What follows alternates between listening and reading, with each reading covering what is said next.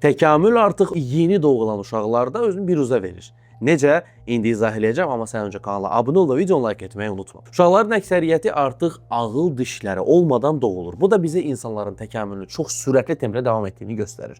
Alimlər müəyyən ediblər ki, insanlar bir növ mikro təkamül yaşayır, yəni təkamülün dəyişikliklərinin qısa bir zaman kəsiyində müşahidə edildiyini göstəricisidir. Gözə çarpan ən böyük dəyişikliklərdən biri çənənin zəifləməsidir. Bu da çox güman ki, qidanın daha çox emal olunmuş və yumşaq formaya gətirilməsindən bağlıdır. Üz quruluşu kiçilir, yeni doğulanların çənəsi isə daha balaca olur. Buna görə də ağıl dişləri tədricən yox olmağa başlayır.